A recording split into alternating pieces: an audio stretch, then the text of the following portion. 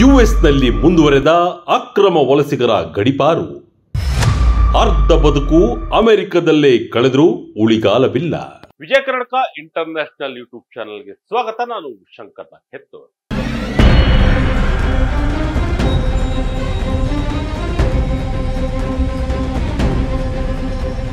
ಮೂವತ್ಮೂರು ವರ್ಷಗಳಿಂದ ಅಮೆರಿಕದಲ್ಲೇ ವಾಸವಾಗಿ ಅಲ್ಲೇ ಕೆಲಸ ಮಾಡ್ತಾ ಮಕ್ಕಳನ್ನ ಬೆಳೆಸಿ ಮದುವೆ ಮಾಡಿ ಅಲ್ಲಿಯೇ ಬದುಕು ಕಟ್ಟಿಕೊಂಡಿದ್ದ ಪಂಜಾಬ್ನ ಮಹಿಳೆಯನ್ನ ಏಕಾಏಕಿ ದೇಶದಿಂದ ಗಡಿಪಾರು ಮಾಡಲಾಗಿದೆ. ಹರ್ಜಿತ್ ಕೌರ್ಗೆ ಈಗ 73 ವರ್ಷಗಳ ಇಳಿ ವಯಸ್ಸು. ಮನೆಯಲ್ಲಿ ಮಕ್ಕಳು ಮೊಮ್ಮಕ್ಕಳೊಂದಿಗೆ ಆರಾಮಾಗಿ ಜೀವನ ಸಾಗಿಸಬೇಕಿದ್ದ ಅಜ್ಜಿಯು ಎಲ್ಲವನ್ನು ಬಿಟ್ಟು ಎಲ್ಲರಿಂದಲೂ ದೂರ ಆಗಿ ವಾಪಸ್ ಭಾರತಕ್ಕೆ ಗಡಿಪಾರುವಾಗಿದ್ದಾರೆ. ಮನೆಯವರಿಗೆ ಕೊನೆಯ ಪಕ್ಷ ಹೋಗಿ ಬರ್ತೇನಿ ಗುಡ್ ಬೈ ಅನ್ನೋಕು immigration and customs enforcement ICEU ಅಧಿಕಾರಿಗಳು ಅವಕಾಶವನ್ನೇ ಮಾಡಿಕೊಡಲಿಲ್ಲ. ಸ್ಯಾನ್ ಫ್ರಾನ್ಸಿಸ್ಕೋದ ICE ಕಚೇರಿಗೆ ವಿಚಾರಣೆಗೆ ಅಂತ ಹರ್ಜಿತ್ ಕೌರ್ರನ್ನ ಕರೆಸಿಕೊಂಡಿದ್ದ ಅಧಿಕಾರಿಗಳು ನೇರವಾಗಿ ಬಂಧಿಸಿ ಬೇರೆ ಕಡೆಗೆ ಸ್ಥಳಾಂತರಿಸಿದರು. ಮನೆಯವರು ಅಟಾರ್ನಿ ಜೊತೆಗೂ ನೋಡೋಕೆ ಅವಕಾಶ ಕೊಡಲಿಲ್ಲ. 3 ದಿನ ಮಲಗೋಕೆ ಹಾಸಿಗೆಯನ್ನು ಕೊಟ್ಟಿಲ್ಲ. ಸರಿಯಾಗಿ ಊಟ ತಿಂಡಿಯೂ ಇಲ್ಲ.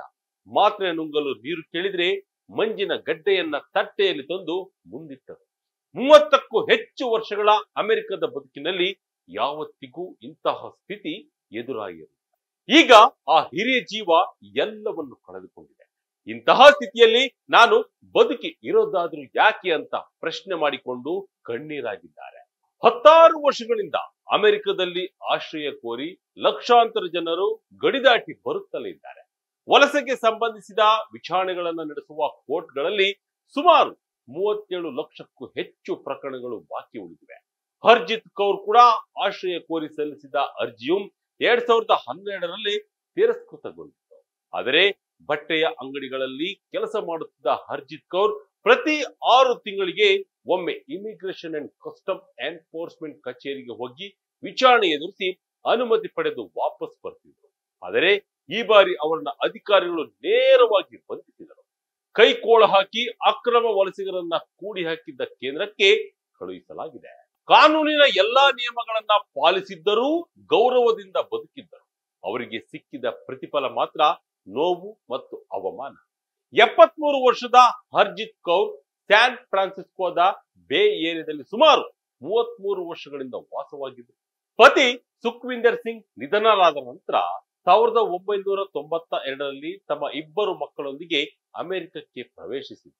ಬರ್ಕ್ಲಿಯಲ್ಲಿ ಬಟ್ಟೆ ಅಂಗಡಿಯೊಂದರಲ್ಲಿ ಕೆಲಸ ಮಾಡುತ್ತಾ ಯಾವುದೇ ರೀತಿಯಲ್ಲೂ ಅಮೆರಿಕದ ಕಾನೂನು ಉಲ್ಲಂಘನೆ ಮಾಡದೆ ತೆರಿಗೆ ಕಟ್ಟಿ ವಲಸೆ ಇಲಾಖೆಯ ಯಾವುದೇ ತಪಾಸಣೆಯನ್ನ ತಪ್ಪಿಸದೆ ಸರಿಯಾಗಿಯೇ ನಡೆದುಕೊಂಡಿದ್ದರು. ಅವರ ಮೇಲೆ ಯಾವುದೇ ಕ್ರಿಮಿನಲ್ ಅಪರಾಧಗಳು ಇಲ್ಲ. ಆದರೆ ಅಧಿಕೃತವಾಗಿ ನೆಲೆಸೋದಕ್ಕೆ ಪೂರ್ಣ ಅನುಮತಿಯು ಹರ್ಜಿತ್ ಕೌರ್ಗೆ 30 ವರ್ಷಗಳೇ ಕಳೆದರೂ ಸಿಗಲಿಲ್ಲ. ಸೆಪ್ಟೆಂಬರ್ 8ರಂದು ವಲಸೆ ತಪಾಸಣೆಗಾಗಿ ಹೋದಾಗ ಅವರನ್ನ ವಶಕ್ಕೆ ತೆಗೆದುಕೊಳ್ಳಲಾಯಿತು.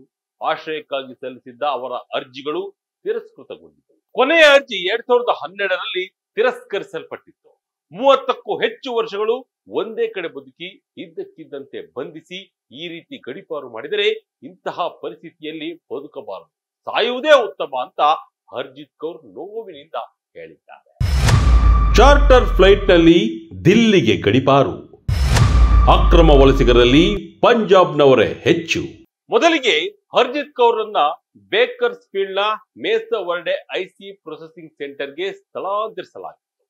ಗಡಿಪಾರು ಮಾಡೋದಕ್ಕೂ ಹಿಂದಿನ 60-70 ಗಂಟೆಗಳು ಹರ್ಜಿತ್ರನ್ನು ನಡೆಸಿಕೊಂಡ ಬಗ್ಗೆ ಅವರ ಪರ ಅಟಾರ್ನಿ ದೀಪಕ್ ಅಹೂವಾಲಿಯಾ ವಿವರಿಸಿದ್ದಾರೆ.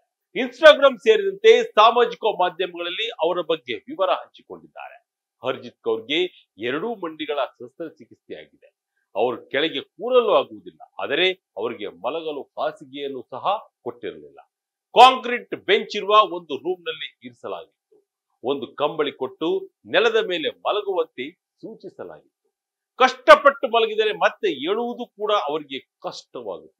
ಡಯಾಬಿಟಿಕ್ ಮತ್ತು ಹೈ ಬಿಪಿಯ ನಿಯಂತ್ರಣಕ್ಕಾಗಿ ನಿಯಮಿತವಾಗಿ ಔಷಧ ತೆಗೆದುಕೊಳ್ಳುತ್ತಿರುವ ಹರ್ಜಿತ್ ಊಟಕ್ಕಾಗಿ ವಿನಂತಿ ಮಾಡುತ್ತಿದ್ದರು. 1-2 ಬಾರಿ ಅವರಿಗೆ ಚೀಸ್ ಸ್ಯಾಂಡ್ವಿಚ್ ಕೊಡಲಾಗಿತ್ತು. ಆದರೆ ನೀರು ಕೇಳಿದರೂ ಹೆಚ್ಚಿನ ಆಹಾರ ಕೇಳಿದರೂ ಕೊಟ್ಟಿರಲಿಲ್ಲ. ಮಾತ್ರೆ ನುಂಗಲು ನೀರಿನ ಬದಲು ಐಸ್ ಕೊಡಲಾಗಿತ್ತು. ಇದನ್ನು ತಿನ್ನೋಕೆ ಸಾಧ್ಯವಿಲ್ಲ ಎಂದಾಗ ಅದು ನಿಮ್ಮ ತಪ್ಪು ಎಂದು ಅಲ್ಲಿನ ಗಾರ್ಡ್ ಉತ್ತರಿಸಿದರು. ಗಡಿಪಾರಿನ ಪ್ರಕ್ರಿಯೆಯಲ್ಲಿ ಅಷ್ಟು ದಿನಗಳು ಸ್ನಾನಕ್ಕೂ ಅವಕಾಶ ಕೊಟ್ಟಿರಲಿಲ್ಲ. ಆದರೆ ವಿಮಾನ ಹತ್ತೋದಕ್ಕೂ ಮುಂಚೆ ವೆಟ್ ಟಿಶ್ಯೂಗಳನ್ನ ಕೊಟ್ಟು ಸ್ವಚ್ಛ ಮಾಡಿಕೊಳ್ಳುವಂತೆ ತಿಳಿಸಲಾಗಿತ್ತು. ಬಂಧಿಸಿದ್ದ ಕೇಂದ್ರದಿಂದ ಜಾರ್ಜಿಯಾಗೆ, ಜಾರ್ಜಿಯಾದಿಂದ ಅರ್ಮೇನಿಯಾಗೆ ಕಳುಹಿಸಲಾಗಿತ್ತು. ಅರ್ಮೇನಿಯಾದಿಂದ ಹೊಸದಿಲ್ಲಿಗೆ ವಲಸೆ ಮತ್ತು ಕಸ್ಟಮ್ಸ್ ಇಲಾಖೆಯ ಚಾರ್ಟರ್ ಫ್ಲೈಟ್ ನಲ್ಲಿ ಗಡಿಪಾರು ಮಾಡಲಾಗಿದೆ. ಹರ್ಜಿತ್ ಮತ್ತು ಇತರೆ 132 ಅಕ್ರಮ ವಲಸಿಗರನ್ನ ಹೊಸದಿಲ್ಲಿಗೆ ಕಳುಹಿಸಲಾಗಿದೆ. ಅವರಲ್ಲಿ ಬಹುತೇಕರು ಪಂಜಾಬ್ ಮೂಲದವರೇ ಆಗಿದ್ದರು. ಅವರಲ್ಲಿ ಹರ್ಜಿತ್ಗೆ ಮಾತ್ರ ಕೈಕೋಳ ಮತ್ತು ಕಾಲಿಗೆ ಸರಪಳಿಯನ್ನ ಹಾಕಿರಲಿಲ್ಲ. ಅಧಿಕಾರಿ ಒಬ್ಬರು ಅವರಿಗೂ ಕೈಕೋಳ ಹಾಕುತ್ತಿ ಹೊರಟಿದ್ದರು. ಆದರೆ ಮತ್ತೊಬ್ಬ ಅಧಿಕಾರಿಯು ಅದನ್ನ ತಡೆದಿದ್ದರು ಎಂದು ಅಟಾರ್ನಿ ದೀಪಕ್ ತಿಳಿಸಿದ್ದಾರೆ. ಫ್ಲೈಟ್ ಟಿಕೆಟ್ ಕೂಡ ಬುಕ್ ಆಗಿತ್ತು. ಪ್ರತಿಭಟನೆಗಳಿಗೂ ಕರಗಲಿಲ್ಲ ಐಸಿಇ. ಬಂಧಿಸುವುದಕ್ಕೂ ಮುನ್ನ ತಮ್ಮ ವಸ್ತುಗಳನ್ನು ತೆಗೆದುಕೊಳ್ಳಲು, ಮನೆಯನ್ನ ನೋಡಲು, ಮನೆಯವರನ್ನ ಭೇಟಿಯಾಗೋಕ್ಕೂ ಒಮ್ಮೆಯೂ ಅವಕಾಶ ಸಿಗಲಿಲ್ಲ. ಅವರು ಮನೆಯಲ್ಲಿ ಬಿಟ್ಟು ಬಂದ ವಸ್ತುಗಳು ಹಾಗೆ ಬಿದ್ದಿದ್ದವು. ಉಟ್ಟ ಬಟ್ಟೆಯಲ್ಲೇ ಅವರನ್ನ ಗಡಿಪಾರು ಮಾಡಲಾಗಿದೆ. ಗುರುವಾರ ಭಾರತಕ್ಕೆ ತಲುಪಿರುವ ಹರ್ಜಿತ್ ಆರೋಗ್ಯದಲ್ಲಿ ಏರುಪೇರಾಗಿದೆ. ಈಗ ಪಂಜಾಬ್ನ ಮೊಹಾಲಿಯಲ್ಲಿರುವ ತಮ್ಮ ಸಹೋದರಿಯ ಮನೆಯಲ್ಲಿ ಉಳಿದುಕೊಂಡಿದ್ದಾರೆ. ಹಾಗೆ ನಮ್ಮೊಂದಿಗೆ ಗಡಿಪಾರಾದ ಇತರರ ಬಗ್ಗೆಯೂ ಹರ್ಜಿತ್ ಕೌರ್ ಅನುಕಂಪ ವ್ಯಕ್ತಪಡಿಸಿದ್ದಾರೆ. ಲಕ್ಷಾಂತರ ರೂಪಾಯಿ ಹಣ ಖರ್ಚು ಮಾಡಿಕೊಂಡು ಅಮೆರಿಕವನ್ನ ತಲುಪಿದ್ದವರು ಕೆಲವರು 10 ತಿಂಗಳಿನಿಂದ 1 ವರ್ಷದವರೆಗೆ ಬಂಧನಕ್ಕೆ ಒಳಗಾಗಿದ್ದರು. ಅವರೆಲ್ಲರೂ ಈಗ ಬರಿಗೈಯಲ್ಲಿ ಹಿಂದಿರುಗಿದ್ದಾರೆ. ಅಮೆರಿಕಕ್ಕೆ ಹೋಗಲು ತಮ್ಮ ಭೂಮಿಯನ್ನು ಸಹ ಮಾರಾಟ ಮಾಡಿಕೊಂಡಿದ್ದಾರೆ ಎಂದು ಬೇಸರ ವ್ಯಕ್ತಪಡಿಸಿದ್ದಾರೆ. ಹರ್ಜಿತ್ ಕೌರ್ ಅವರ ಸಹೋದರ ಕುಲ್ವಂತ್ ಸಿಂಗ್ ತಮ್ಮ ಸೋದರಿಯನ್ನ ಕುಟುಂಬದವರು ನೋಡಿಕೊಳ್ಳುವುದಾಗಿ ಹೇಳಿದ್ದಾರೆ. ಕೊನೆಯ ಪಕ್ಷ ಹರ್ಜಿತ್ರನ್ನ ಗೌರವಿತವಾಗಿ ಪ್ರಯಾಣಿಕರ ವಿಮಾನದಲ್ಲಿ ಕಳಿಸಿಕೊಡುವಂತೆ ಅಟಾರ್ನಿ ದೀಪಕ್ ಐಸಿಇ ಮತ್ತು ಯುಎಸ್ ಸರ್ಕಾರಕ್ಕೆ ಮನವಿ ಮಾಡಿದ್ದಾರೆ.